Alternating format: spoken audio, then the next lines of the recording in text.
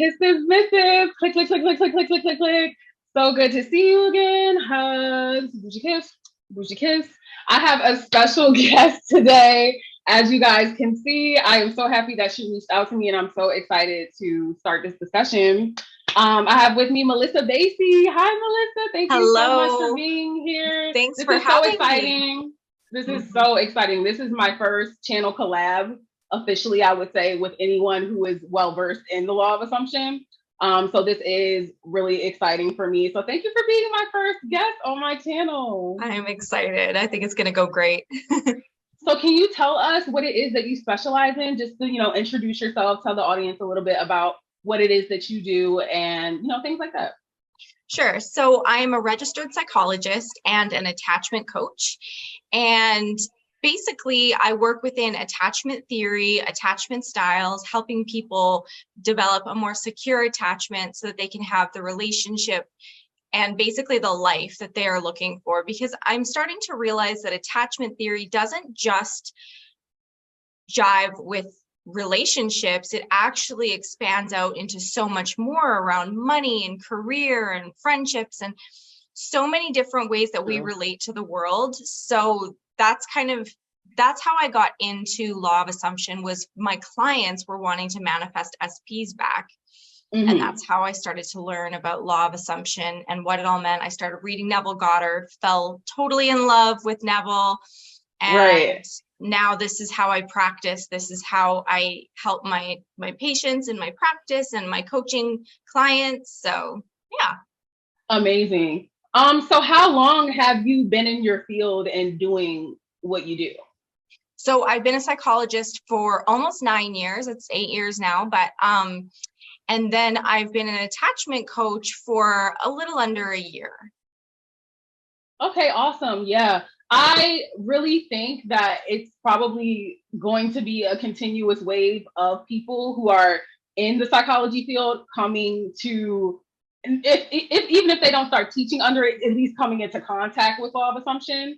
Yeah. Just because it is so interesting to see how your subconscious mind really does impact so many areas of your life. And, we know through Neville and through so many people, not throughout just the community, but just in general, understanding the concept of what manifestation really is, that it is very much so psychological. And it really does start with this. So yes. I think that, that's probably going to come to be a point at some point in time where, psychologists are kind of running into the concept of the law. Yes. Yeah. And like absolutely. Being like, whoa, wait a second. So are you associated with anyone else? Like, do you have any other like colleagues or connections in your field that you know of that utilize law of assumption, or is it still kind of? It's still kind of, it's not really something that I talk too much about with my colleagues in the psychology field, which is why I got into attachment-based coaching, so that I could really implement Neville's style and techniques in how I help people. I was helping my psychology patients using law of assumption, but I couldn't really use the terms and refer to Neville Goddard as much as I wanted to. Whereas with my attachment coaching, it brings in the psychology. You're getting a psychologist and a coach, and somebody who is working with Neville Goddard and those principles of law of assumption. Yes. I have always had an interest in psychology, like ever since I was fairly young, So I want to know for you, what aspect of whatever Neville said or whoever it was that like really brought you into it, what aspect of the law really made you say, this is why I'm going to start practicing this and also bringing this to my clients' awareness? Yeah. So what I love about Neville is that everything is in our control. We are able to look at the way we're acting, behaving, thinking, feeling, and then start to see why the 3D is the way it is. Versus just as a psychologist, psychologists are always talking about like boundaries, which of course boundaries are important, but they are approached from a different perspective when you're looking at it through a Neville lens than when you're looking at it through a psychological lens. Definitely. Psychologists say things like you can't control how other people think or feel about you. Yeah, exactly. Yeah. And I don't agree with that. Exactly. Right. That's what I was interested in. And, you know, Melissa shot me an email and, you know, she was interested in talking together and she sent me a link and I watched the whole video, you know, because I listen to Law of Assumption, anything, like just throughout my regular daily errands or whatever. So when you sent me that, I was actually like out in the market and I was like, well, let me put this in my earbuds and go ahead and take a listen. And I think that one thing that you said that really stuck out to me in that video was, you know, just not like the concept of good and bad is very much so human cultivated. Mm-hmm. And that for me personally, guys, that has been one of the things that has like really freed me, like truly understanding that and not putting conditions on our circumstances. Because a lot of times what happens is like something happens to us. We say, oh, this thing was really bad and I did not enjoy it. So this means a lot of horrible things for me. Or this must mean that there's horrible things within me. Just, you know, things like that. Whereas when you start to look at circumstances as just experiences and just circumstances and not assigning them such a highly negative or even highly positive feelings, because I feel like sometimes when people want something a lot, what they kind of do is put what they want on a pedestal. They kind of sensationalize it, you know what I mean? And they make it like, wow, like this whole great big thing. And then that causes resistance because they themselves don't even feel like they're worthy of being in proximity of that experience. Mm-hmm. You know? So when you said that, I definitely like identified with that a lot. And that's actually something that I've been unlearning a lot myself this year to help propel me and continue me into more success with my law of assumption journey. Yeah, just realizing awesome. Everything is an experience and we are identifying with what we know to be true based off of what we've experienced from the time that we were young. Exactly. And we're all told the same stories. Mm-hmm. We're all told what? Love is hard. Relationships are hard. So everyone around us has continuous relationships. It's kind of ridiculous. Yeah, our beliefs are constantly on display based on what we're seeing in our 3D reality. An interesting thing I read about putting people or anything on a pedestal is the subconscious meaning behind that is you actually see them like a parent figure. And I know, right? So it's like, okay, if that's what's really going on, we can use psychology. See, this is where it's super helpful to have the psychology background because you can dig into those deeper relational connections, those parental connections, and start to see like, why are you replaying? Why are you putting somebody where you would normally have a parent? Yeah. So. Oh, that is like so interesting. And it actually reminds me of, have you ever heard of the Oedipus theory? Yes. Of like, you essentially date your parents, like you look for yourself or will you look for your parents in the part. Mm-hmm. And I heard that, I think I was maybe in like 12th grade literature. Yeah. And I heard about that. And it's so funny how the subconscious works because I think that planted a seed in me. Mm-hmm. Because I started dating women who reminded me of my mom. Mm-hmm. And I just kept connecting it to, the Oedipus theory is true. You know, like the Oedipus, and I'm accepting that as true. And then I'm getting those experiences reflected back to me. And I love my mom, love her. But I was just like, why am I dating people that remind me of my mom so much? But I was taking what I heard and internalizing it as true. But the parental, that made me think of that. That put a light bulb in my head because I know that is something that is definitely taught based on the Oedipus theory. So it's funny that just in psychology and, you know, that concept of good and bad and pedestals or whatever, that. And what's interesting is the reason that you date people like your mom, it's called repetition compulsion. And so that is when you continuously replay a scenario over and over and over again until you get the desired result because you weren't getting the desired result in childhood. So you keep trying to remake it until you get your desired result. And that's what people in the SP community are doing all the time. We have to be conscious of this. And if we're conscious of it, we can change it. Yes. I love that. Mm-hmm. I love that. That is like, it's just so interesting. Yes. Because it's like you really start to examine the content of what you have been dealing with. And it's like, damn. Yeah, exactly. It's And it crazy. it loses its power too, because you start to see that, oh, it's just a repetition compulsion that I'm doing. This isn't, for sure. Yeah. it's just a pedestal I'm putting somebody on because I'm seeing them as a parent figure. Once you start to see that, you start to pick apart, why am I actually into this SP? Not to say you can't have your SP, you can have your SP, you can have any SP you want. Based on the law of assumption, you can have anything you want. Anything, yeah. But why are you wanting what you're wanting? Heal what's going on inside, and then see what you want, because what you want is probably going to be a little different than what you think you want if you're unhealed. Oh, most definitely. Most definitely. Because I think a lot of people, again, subconsciously are looking to be pacified in their relationship. Yeah. And that goes back to the parental figure. That goes back to the parental thing. I think that a lot of people are looking for that validity. They're looking to be validated. They're looking to be pacified, and they're looking to be nurtured in a way that either their parents didn't give them, or maybe they couldn't find within themselves. So they feel like, hey, I have to search externally for this. And once I get this external validation from this specific party, now I'm worthy.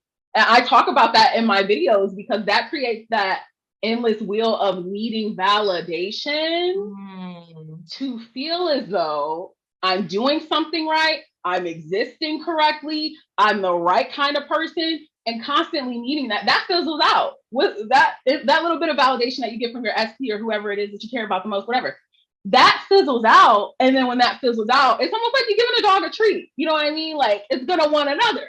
And it's gonna want another, and it's gonna want another. So that constant external, I need, that creates that this desperate energy and just lack of security within oneself. Like, you know, and that, I feel like that's why people, you know, first they get into the law, and it's usually centered around the SP. Obviously, it's an incredibly popular topic, you know. They get into the law, it's centered around the SP. They manifest some kind of movement, they manifest some kind of something, but they can't sustain it because it's still that core belief. I'm not cared about, people that I love walk away, etc., and so on and so forth. So that leads me into my next question. What do you see? What do people come to you for the most? Like, what do you say you see most often? I know it's definitely case by case because everybody's not exactly the same, but what do you see most often, like in your clients, in terms of like what their major issues is with SP? What does that look like usually? Yeah, so the way I'm conceptualizing what people come to me for is through the lens of an attachment framework. So sometimes people will come because they want to manifest more money, or they want to manifest their SP or whatever, right? So I look at how they are attaching to their SP or to the money. And I start to identify, do they have an anxious attachment? Do they have an avoidant attachment? Do they have a disorganized attachment? Those are the three insecure attachment styles that we boil them down into. And then based on their attachment style, we really work with them in being able to harmoniously get to where they're going. But an avoidant person is exactly how they sound. They avoid conflict, they avoid connection, they avoid relationship. This is often the type of person people in the SP community are manifesting. They're often manifesting an avoidant, and often they are an anxious. Very true. So what we need to do with that anxious attachment is begin to self-soothe, begin to learn how to validate yourself, nurture yourself, exactly like what you were talking about. This is actually exactly what's in my course on how to validate yourself and nurture yourself. Like, this is the healing work. That is the work. Are you a coach? I am a coach, yes. Yeah, I can tell. So my personal journey with the law, I'll tell you a little bit about that. I found out about the law around the tail end of 2020, going into 2021. And I was just I mean, my life was just, oh, it's crazy to think about because it's so crazy how things changed so fast. But you know, what I found the law and it was centered around SP, of course. Yeah. And you know, I was just also simultaneously, I wasn't really feeling connected with my spirituality and my manifestation journey and things like that. And I've always been a spiritualist, you know. I got into, you know, manifestation when I was about 19. So I'll be 26 next month. So, you know, sometimes. And you know, I do all different types of stuff. You know, I dabble, you know. And I don't know, I just wasn't, things weren't making sense. Like I never really labeled myself a law of attraction girly. I did practice the law of attraction and I did like it and I felt like I understood it, but my relationship with manifestation and stuff, like I don't want to say it was non-existent, but it wasn't grounded. It wasn't really firm or planted in anything. And I just didn't feel like myself. And this SP kind of woke me up, I like to say, because this person really was the thing that led me to the law and allowed me to completely change my life. Because when I found the law and I fully understood the concept of it, I was like, oh, this is for me. This is for me. Like, this isn't about X, Y, you know what I mean? They're all extensions of me, but this is for me. Yes. And really understanding that, I went into the mindset of, I'm going to coach myself. You know, I wanted to be my very own coach because I knew that I could do it. Yes. I know the kind of person that I am. And I just felt as though I was kind of hidden under all these layers that weren't even really mine, you know? So the law allowed me to wake myself up.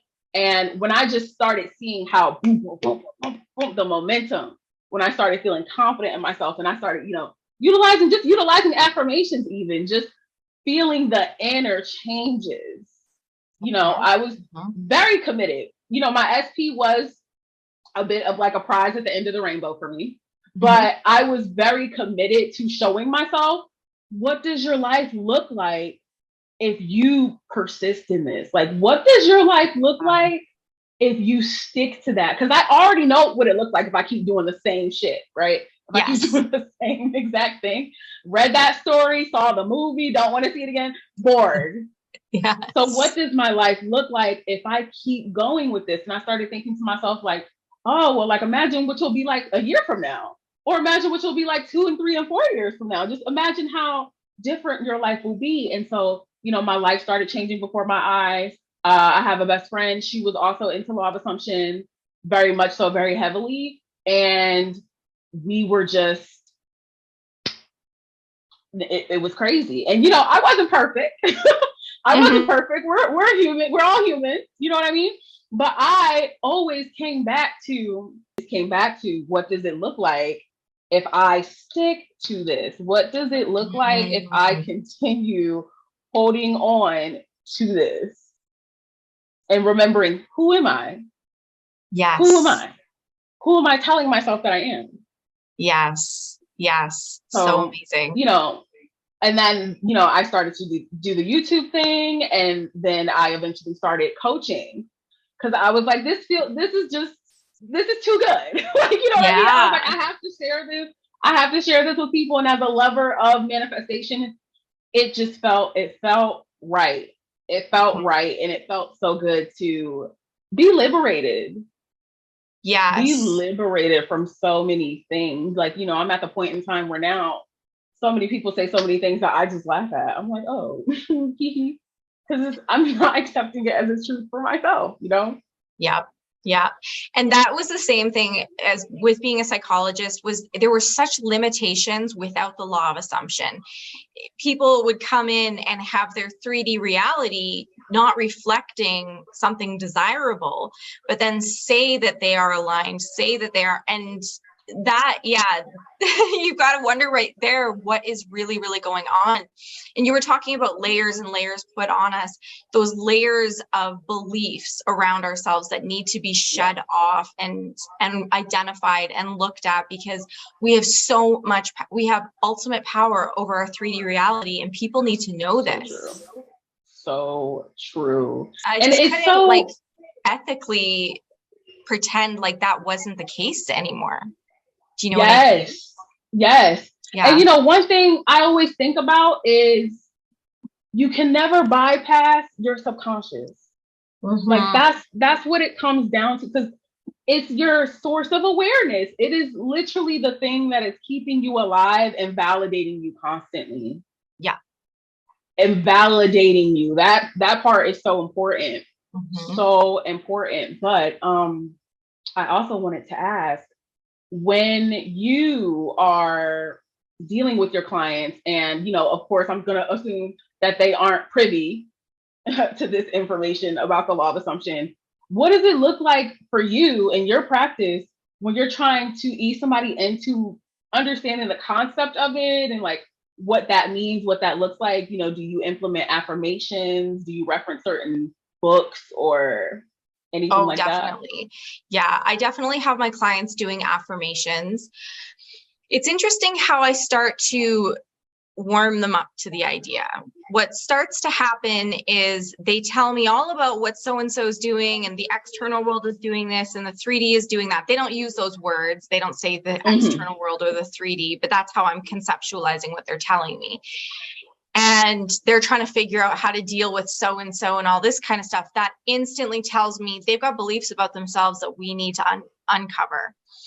And they're just like, hold on, how did we get here? Like, I was telling you about this, but now you've got me looking at this. And it's like, yes, that's exactly right. Because do you see how that belief is getting so-and-so to mirror your belief? So-and-so is showing you what you've got going on inside. And that to them is just kind of like mind blowing. And they start to warm up to the idea. Another thing I started doing in my private practice with my psychology patients is having them sign a consent form, letting them know that we are going to be diving into spirituality, which is outside of science. And they have to kind of sign that they're okay with it, so that I don't so basically I don't get in trouble, because I really want to teach people from the perspective that I know works, and I want them to get their results. And this is the fastest way to get results, is to work with the law of assumption. For certain. Like I said, even as a girl who was doing law of attraction for many years, there was just certain aspects of it that just weren't making sense, you know, and as spiritual as I am, and as much fun as I like to have with that and tap into that, there were certain things that I couldn't get into, like, you know, get into the vibration and the essence of the vibration. I didn't know what that meant. I didn't even know what that, because it's such a vague, that could mean so many things to so many different people. Like the vibration, getting into the vibration looks different for everybody. So it's not like, you're not really giving me any tangible information that I can utilize that would actually give me some type of sustainable results that I could reference back to and say, oh, I remember. That's what I love about law of assumption, you know, is the fact that you can reference what you've been taught. You can reference what you've been doing and say, this is what works. This is how you do it. And just continue to take that arsenal of information with you into the future. But with law of attraction, you know, it's just so vague. It was just so vague. And it wasn't making sense. It wasn't making sense to me. And those beliefs are still there. Ultimately, I mean, you know what I mean? Because we can say, let's get into the vibration. Let's get into the vibration, everybody. Okay, but what do we do when we get triggered? What do we do when old favorable stories pop up? What do we just get into the vibration? That's kind of like along the lines of toxic positivity, because you're just telling me, oh, feel good. Yeah. And you're not giving me any tools to sustain myself. Yeah. Yeah. And toxic positivity is going to bring up the undesirable in ways that you can't even start to conceptualize because you've got a toxic positivity mindset going on. So you're like, well, I'm being positive. Why am I getting opposite results? And it's because it's still all inside of you. It's like not taking your garbage out and putting air freshener in the air. Absolutely. It's like, well, why Absolutely. does my house smell? Well, because you haven't taken the garbage out. You have to take it out. Absolutely. Yeah. Absolutely. So, like what part of the law or what aspect of the law do you resonate with the most on a personal level? Like, is it everyone is you pushed out? Is it self-concept? Like what kind of made it stick for you? And what kind of made it, you know, was there any particular asset of it that was just like, oh, I get it? I think what got me was when I started reading Neville's Complete Reader, and he started explaining how we are God. And I was just like, what does this mean? Like, yes, agreed. Yeah. And when he started explaining how consciousness is a creator, consciousness creates. Yes. And when we take our consciousness and we focus it in on what we want, we are creating what we want. And that's how we're God, because God is a creator and our consciousness is a creator. And so this is how we create, is with our consciousness.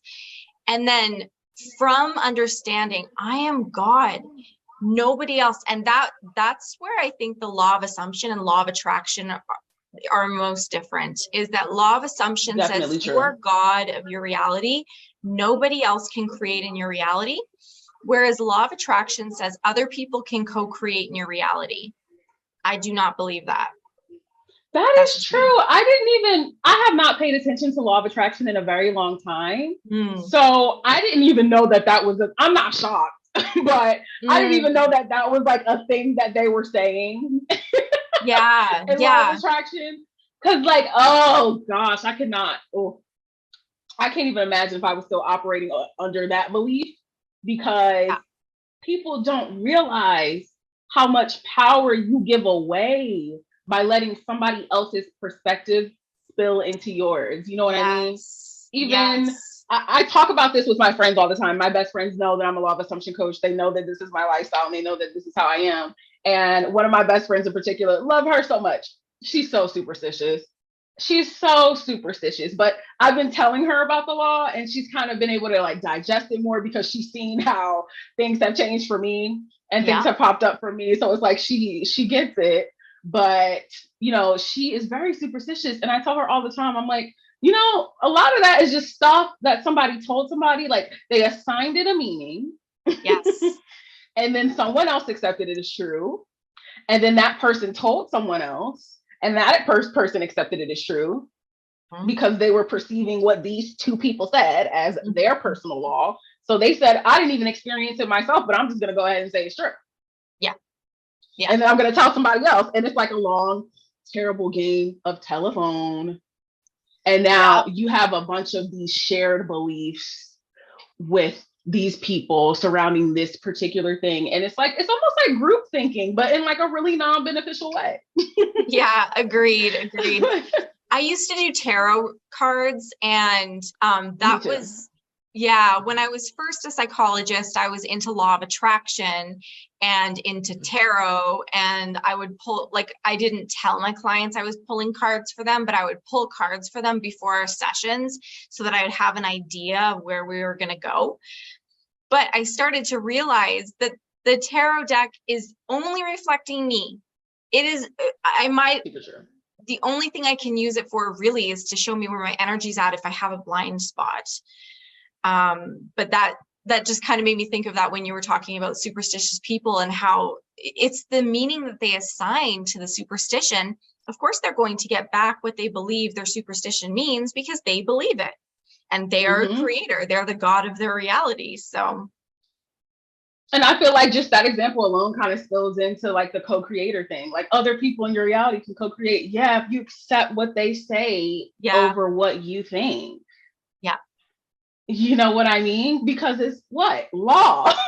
What you assume has to be true. So of course, if you're going to accept that as true, it's going to show up as true. I've had so many people tell me that I can't do certain things and I can't get this and, oh, what are you doing? And I would just laugh.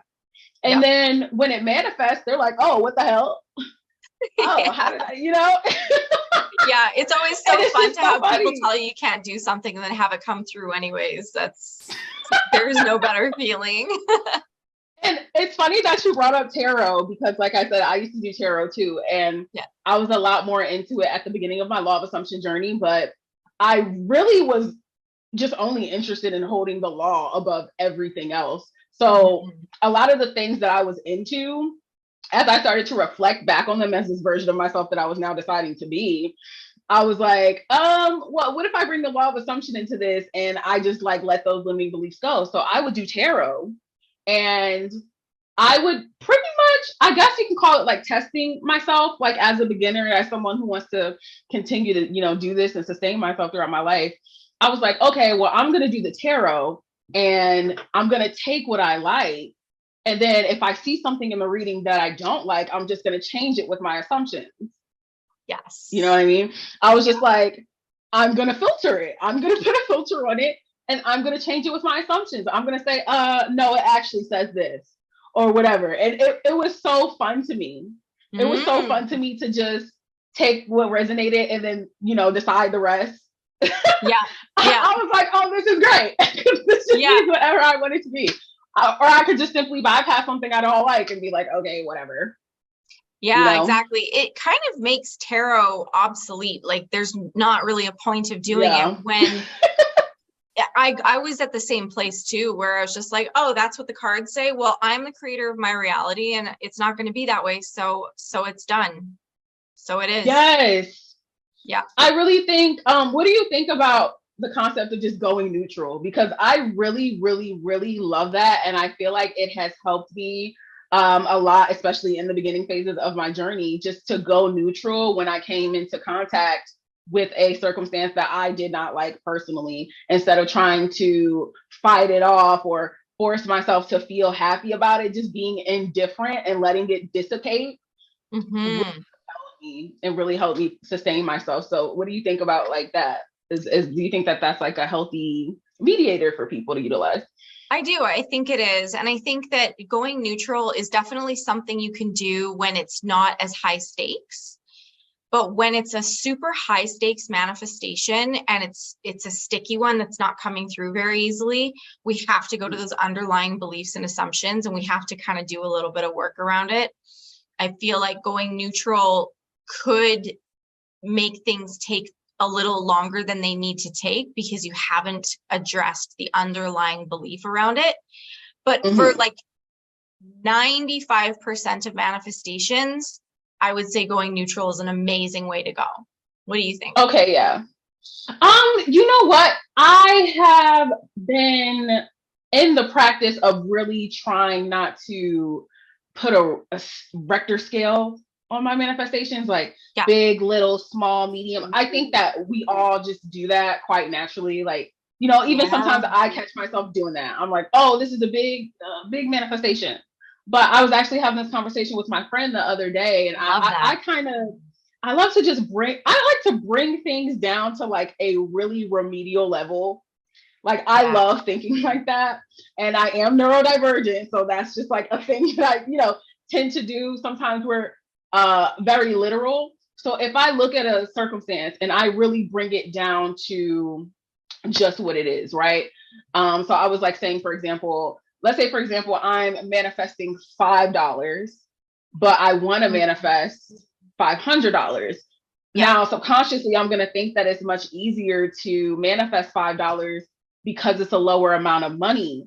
But what I've been training my mind to do is look at a larger amount of money and ask myself, okay, what is the difference between this small amount of money and this large amount of money that is making me think that this large amount of money is higher or harder to obtain? And realistically, like I said, on a very remedial level, my mind went to, it's more zeros at the end of it. It's more zeros at the end of that number. And then I was like, okay, well, that could, really just be that's a limiting belief. Yeah. I'm having a limiting belief that if I see more zeros at the end of a number, I think it's harder to obtain. Yeah. So why is that? You know? So doing that, just like going neutral and like prompting myself with things like that. Like, okay, I'm going to speak from like personal experience, relationships, right? Yeah. I had a belief subconsciously somewhere that girls like me or girls that look like me are harder to get chosen. But it wasn't really adding up because I have a very high level of self-security. So I was like, how can I love and adore myself so much, but somehow think that people like me don't get chosen? Like, I think I'm beautiful. I think I'm funny. I think I'm charming. I think I'm witty. I think I'm smart. I think I'm all of these amazing things. What is that stemming from? And then I started thinking about obviously how society is run and how certain beauty standards are held above another. And, you know, that's really confusing to me because I feel like I fit the standard of beauty perfectly. So I was like, okay, but you've been told, thank you. Thanks so much. You're gorgeous, by the way. But I started to like think about that. I'm like, man, it's just because you hear this story, like that's really what it is. It's just people parroting everything. Like everybody's just parroting everything.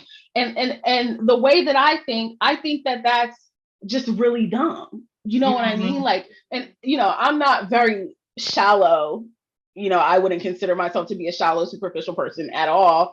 And you know, I just started looking at things like, okay, if the ideal woman I wanted approached me, why would I think I'm not worthy because I'm brown skin, because I'm plus size? That's dumb. Because you can still be those things and be the vision of beauty. Like you can encapsulate, like it doesn't have to be so counteractive. You know what I mean? I was like, damn, why is this like such a black and white thing? So I started realizing that, okay, if I'm telling myself that these two components of my existence is what's been holding me back, let's remove that element.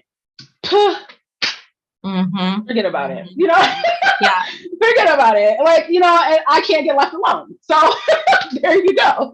Yeah. And I think societal expectations, like, thankfully are slowly starting to change where we're going into different standards of what beauty is, because it's just such a narrow, small little prototype that barely anybody fits into. And it's actually not even being like underfed, unhealthy, body dysmorphia, all of those types of things are not helpful in the least. And they create so much clutter in the brain that trying to manifest other things becomes a little bit harder. Yes, exactly. And then, you know, of course, I started to dig a little deeper, and then it referenced back to treatment and other relationships and just consistently like holding that as honest to God truth, you know? And of course, I really do believe in addressing your core beliefs. It's important. It is important because it's how you sustain what it is that you want. Yes, 100%. What it is that you've manifested. You can completely, of course, manifest anything in any state, even if you feel like shit about yourself, for sure.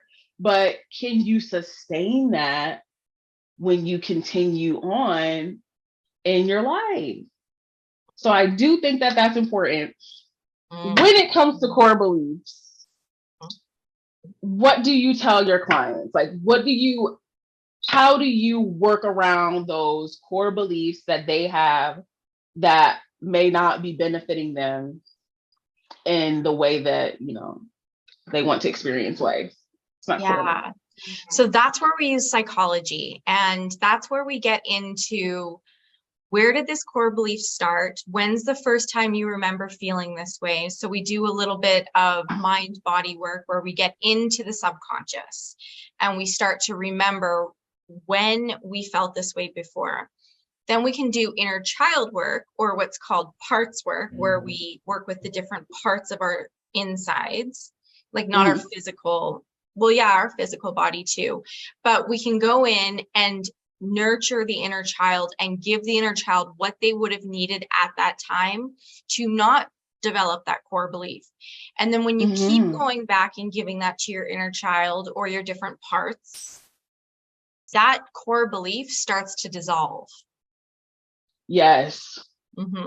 So that's, yes. how about you? What's your technique of working with core beliefs?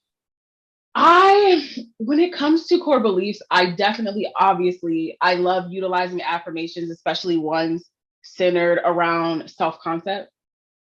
Because I feel like people have never told themselves that they are what they want to experience. Like, if you're not hearing it from yourself first, if you are not self-referencing as this is who I am, how the hell you gonna expect somebody else to acknowledge you as such? You know what I mean?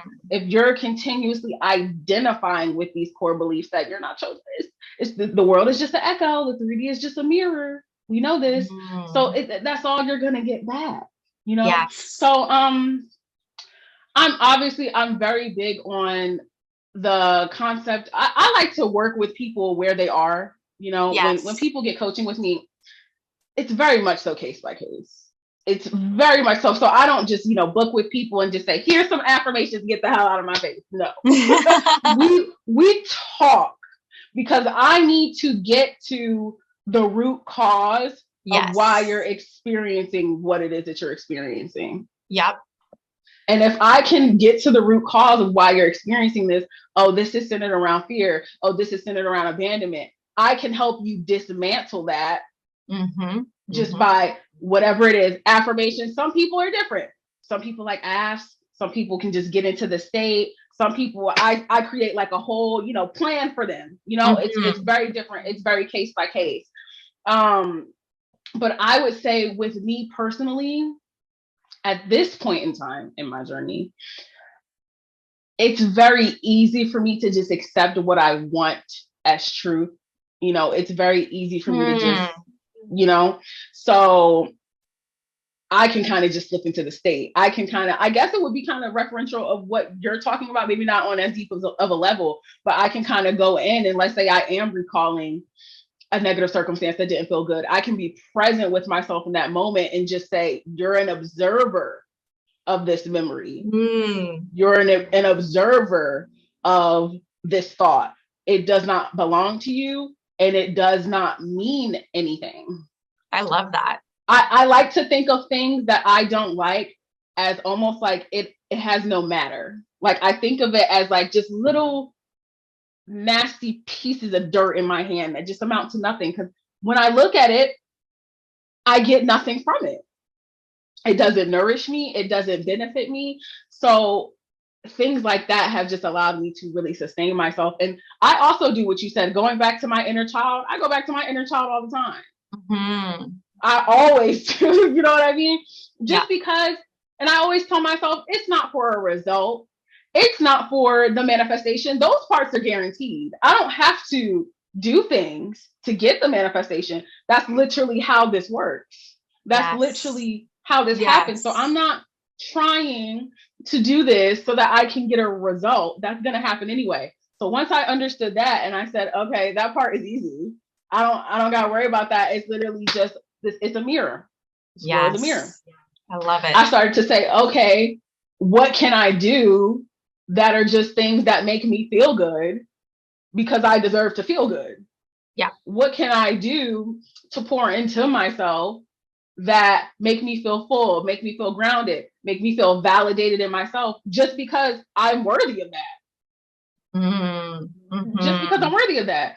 And then because of that, quite naturally, I'm going to experience what I want to experience because I'm telling myself this is who I am. So I don't have to do any magic tricks.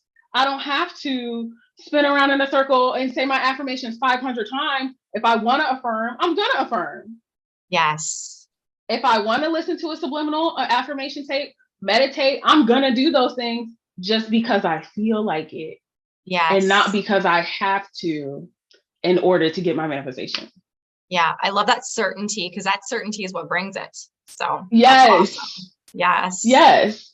So that's what, I guess, in a sense, when I did refer to going neutral, it kind of just funnels into that because I unpacked all of that. I brought everything down to a very baseline point of view.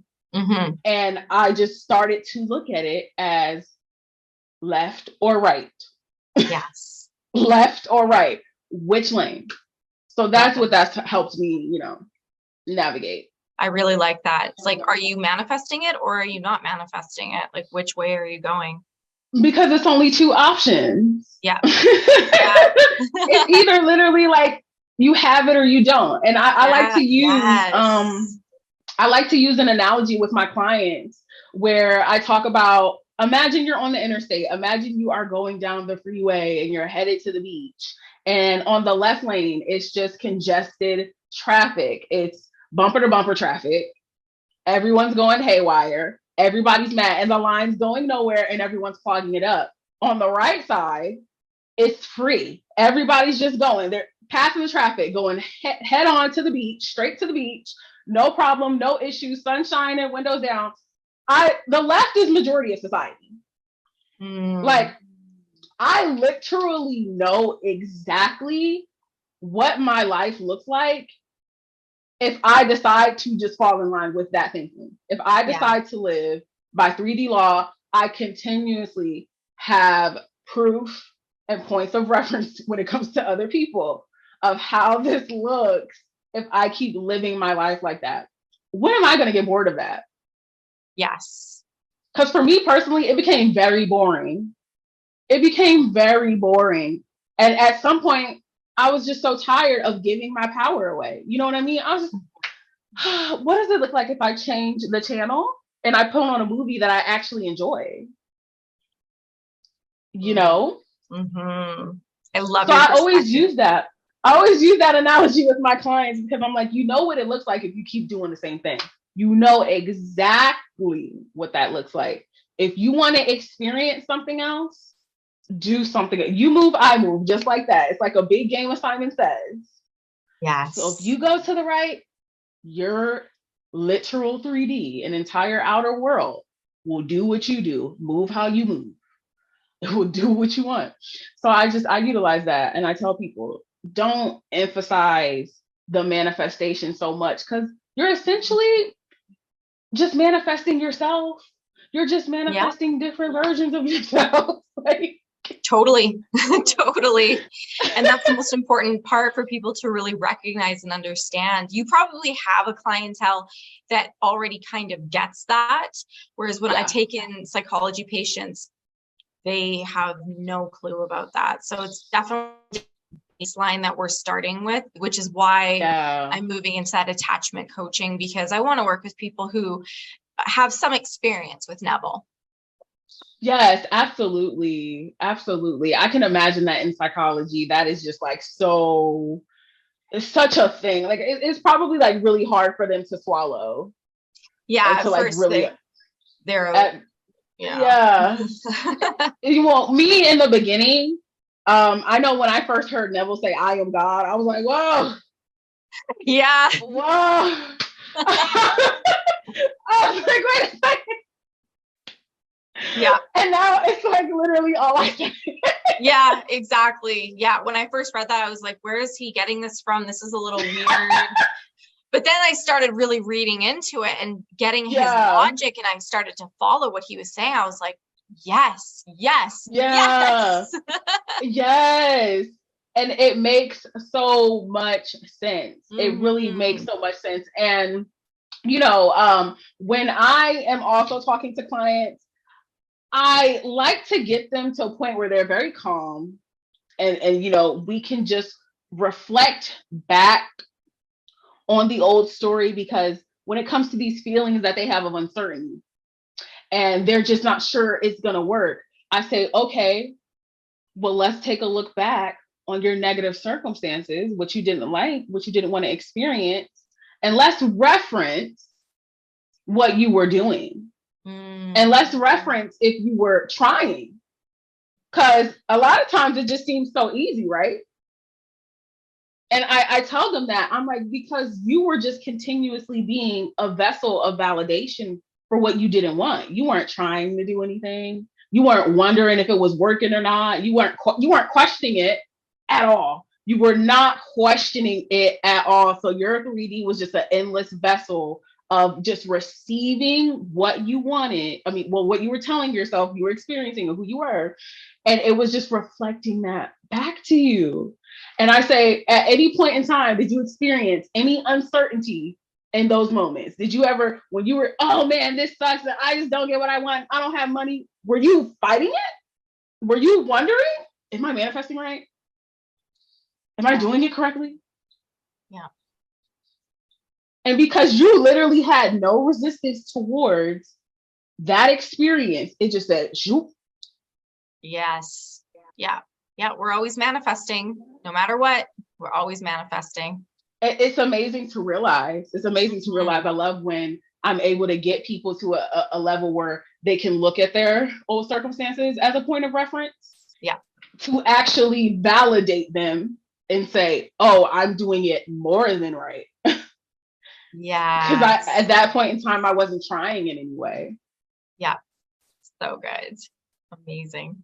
It's crazy. It's I crazy. know. I love how we can just come together and just have like so much agreement on the law of assumption. It's always so nice to talk to like-minded people. Most definitely. I love talking about it so much because it's just kind of like an endless scope of realization. And it's just really, every time I talk about the law, I'm kind of just amazed. Yeah. Yeah. I mean, it's really magical when you think about the power that we all individually hold. It's really like this magical world that we live in, and we can choose to either experience it as magical and amazing, or we can choose to experience it as down and depressing. And it's just like, which way, like you said, which way are you going to go? Like that's the choice. That's the decision. Absolutely. We all get to choose it. But I do have to say, when it comes to science and the nervous system, people do have a nervous system and neural pathways in their brain that are patterned in certain ways and exercised in certain ways. Like the nervous system gets exercised like a muscle. And so when you're trying to manifest, it's not just as easy as a decision. Sometimes it's a matter of like re-exercising your nervous system, learning how to regulate that nervous system, using affirmations to reprogram the neural pathways. There is like a degree of work to it. It's just that decision. Like, am I going to put the work in and go this other way? Most definitely. I think that's so real. A lot of times when I am just being the person that I am and the person that I decided that I want to be, I almost call it like just flexing a muscle, just like flexing your subconscious, like, get used to leaning into that choosing, because I do know that neural pathways are so real. And I feel like a lot of people need to be gentle with themselves, especially if they are new to this, because it's so unfamiliar. Yep. It's so unfamiliar. So, those red flags do go up for your ego and your old programming, and it doing its job of validating you in the way that you didn't like for so long. And now it's going in the opposite direction and doing what you want. And so it's like, oh, this doesn't feel right. This isn't something that I'm used to. So I'm going to do my job to validate, you know what I mean? So it definitely is more than just making a decision for a lot of people in the beginning for certain. I feel like that's why it's so important to be able to reference these tools in the law, you know what I mean? So that you can have a reference point. What do I go back to when I'm reflecting on something that makes me feel triggered? What do I go back to in these moments to get myself to remind myself of who I am, of the story that I'm choosing? And that's why, again, I love the law so much, because it's like tangible. Yeah. You have a tangible point of reference to look back to. And I just feel like that's vital for any person, for anything. Yeah. That's vital to be able to have that to reflect on, and like a blueprint. Yeah. And how do you help people when they're triggered? Oh man, again, it varies. It really varies, because everybody's different and everybody's triggered by different things. Like me personally, at this point, I like to face my triggers head on, because I don't view them as a bad thing. I had to readdress how I felt about triggers, because we hear that word and we get like so scared, and it's such a negative thing. Like if I'm reflecting on something that triggered me, I'm just doing it all wrong and blah, blah, blah, blah, blah. Like we're assigning that the meaning that we're doing something wrong when we're obviously humans. And sometimes we have a thought process that cannot be filtered. Like we have so many thoughts a day, and a thought can just kind of come up on its own without you doing anything wrong, that without you doing anything to get it to arise. It just happened because we're human beings and we have thousands and thousands and thousands of thoughts a day. So like I said, I would just go to be the observer. Like, okay, I'm just observing. Like it's literally no reason for me to assign any meaning to this at all. Like retraining my brain to get down to that remedial. I keep it very kindergarten. That's I awesome. really do, because I've had so many people tell me, like, you talk about the law in a way that is like so practical, because I feel like these continuous methods, methods are cool. Methods are fun. Methods are great. Like, I'm not saying that there's inherently anything wrong with them or that they're bad, but methods get you so fixated on the method. And it's like a recipe. Like, if I don't do it this exact way every single time, I am not going to have the exact outcome that I want. So that now you just assigned a meaning to a method that you have to do it every single time in order to get what you want. Whereas if you just like utilize something that is practical, that is base level, that you can reach for, it's going to be easier for you. Yeah. It's just going to be easier, because I feel like, I think people took Neville saying that feeling is the secret like a little too literal, because they feel like if they're not happy all the time, or if they're not having a thought that they completely identify as positive, that they're doing something wrong. Yeah. You know what I mean? Which I just think is like unhealthy, because it spills into like so many other things. So I'm always for consistently reminding people that you're just being the observer and you're just choosing the experience that you want. Because all that other shit, the methods, the arithmetics, the all this other stuff, it's just gonna get you hyper focused. And like you said, a lot of people, they have attachment styles. Sometimes they're attaching to the damn method. Yeah. So that they can have the results that they want. So it's like, I really just try to utilize things in the most practical way possible, because that's how I did it for myself. And that is how I got to really understand it. And even now, today, every day, I just remind myself, basic, keep it low. I put myself on the pedestal, and I bring literally everything else down. Everything else down. I remind myself the only person that's supposed to be up here is me. Everything is below me. Yes. Love it. That's so And awesome. I feel like it's easy. It's like my clients have had great success, which I'm like so happy about, but I feel like it's because they can go back to those points of reference, that anchor, just really being able to get into the essence of it and not worry about so many different little defining components that we define. We're defining them in a limiting way, They get into so many like components, like, like I'll have a client say, like, okay, for example, like just hypothetically, oh, I'm calling myself a millionaire, but I'm still getting up and going to work every day. Like, yeah, that's okay. You know what I mean? Like, that doesn't mean that why is that like, so how is that like completely like counteractive? You know what I mean? It just be those little, little things that we're doing. Like, yeah, you can buy the Equate brand at Walmart and still define as luxurious. Like Michelle Obama shops at Old Navy. Yeah.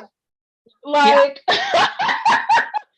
things like that. Just little stuff. It'd be like little stuff. So I do try to make it like just very practical, because I know how the mind can just get sticky and just create little itty bitty things like that. So true.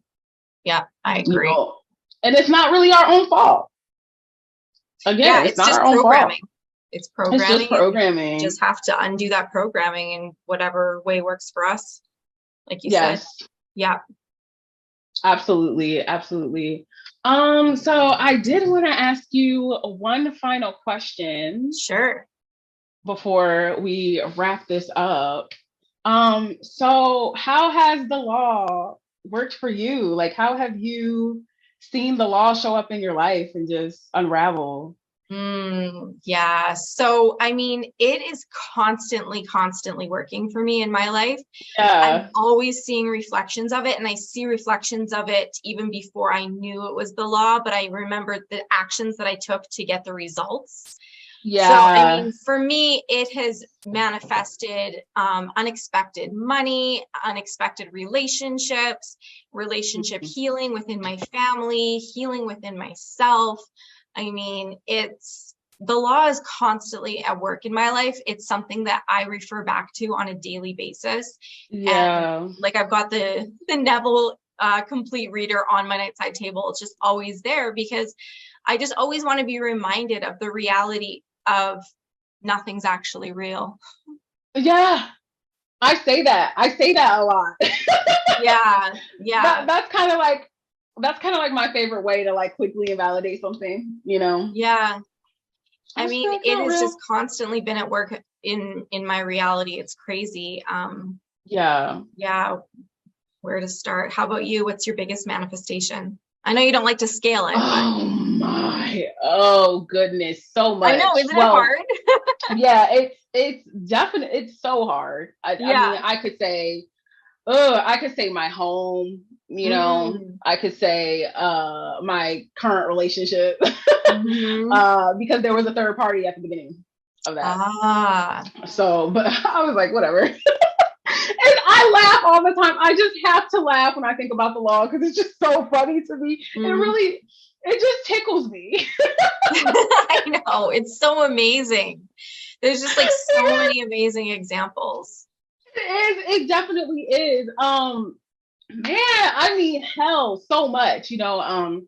I definitely healed my relationship with food and Mm. um just ditching diet culture, realizing how much of that was Yes. a lie. Yes. Such a Yes. lie. It's such a I think lie. that one for me was kind of like really mind-boggling just because you're told so many things so many years and like, food, this kind of food is bad. And just Yeah. seeing how, at one point in time I was dieting and getting nowhere. Yeah. And now I'm reaching my goals like, you Hmm. know, Hmm. ooh, so much. I've manifested lump I sums of know. money. Yeah. I've Same here. manifested like 20K, 10K all Hmm. at once. So, um, It's amazing when you start to believe that money can come in a bunch of different ways. It really can start coming in a bunch of different ways, but you have to believe it. absolutely. Got to let go of that. Money can only come through your job. It's not the only way. Yes. Hmm. Yes. That's something that I tell people a lot. Yeah, it's so A important. lot. I always say Money's an money is a energy. piece of It's a paper. spirit. It Yeah. like comes That towards us. too. Yeah, yeah. Yes. Comes It's towards us when we definitely let it. energy. Yes. Yeah, we got to drop those beliefs though, saying that it's scarce and there's not enough of it, because then money's like, oh, well, then I will leave you alone. Hello? Exactly. Yeah. Exactly. I tell people that all the time. I tell people that all the time. But it's just again, what we have been taught is there's a lack of money, there's a lack of way to get it's ridiculous. Yeah. So, Agreed. when I just man, when I just think about everything, it's so much endless SP success. I would Yes. say like for me that it's just Yeah. continuous like all the time. And I think it's so funny how there is this story surrounding SP about how like they're hard to manifest, but in my opinion they're probably one of the easiest things to manifest because they are just such an instant reflection of you. Yes. Like, so the misconception around it and the story surrounding it is it's kind of funny like in retrospect. Hmm. Agreed. I when I first started manifesting. I had so much fun manifesting SPs because I just liked seeing them bounce off of me and just mirror back. Like, yeah, just kind of watching how your reality is playing out and seeing what you've got going on inside. It's super interesting. I know relationships, making a relationship go how you want it to go is just such an inside job. It's unbelievable. Like, it has nothing to do with the other person. And that's why it's kind of like, where do I start telling you about like what I've manifested and who I've manifested? Like, any kind of relationship that I want to manifest in any kind of way, it manifests. Yes. It just does. But some are harder than others because of my own triggers, because of my own underlying beliefs. But all it is an opportunity for me to look at what I've got going on inside and clear it. So it's not a problem. Absolutely. Absolutely. I agree 100%. Like, it's just a point for me to look at that I can clean out my house. Yes. I can spring clean what's going on up here. And that's all. And that's all. And I think a lot of people are just so fixated on fixing them, fixing the other person. Yes. Without realizing there's infinite versions of everyone. I tell people, like, you're different with your mom than you are with your sister, than you are with the cashier at Target, than you are with the librarian, than you are with your boss. Like, there's just infinite versions of you depending on who you're interacting with and who you're being in that moment. So, yeah. So good. It was so nice talking with you.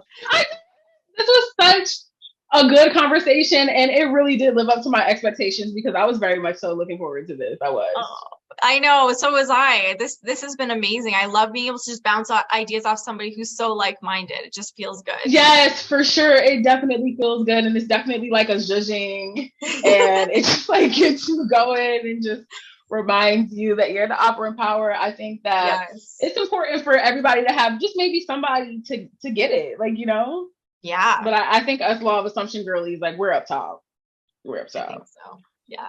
We're up top. I love our mindset. So thank you so much for talking with me today. This has been like such a pleasure. Yeah. And I just had such a great time. I enjoyed this conversation thoroughly. And I know that you guys are going to love it too. I'm so excited to upload this.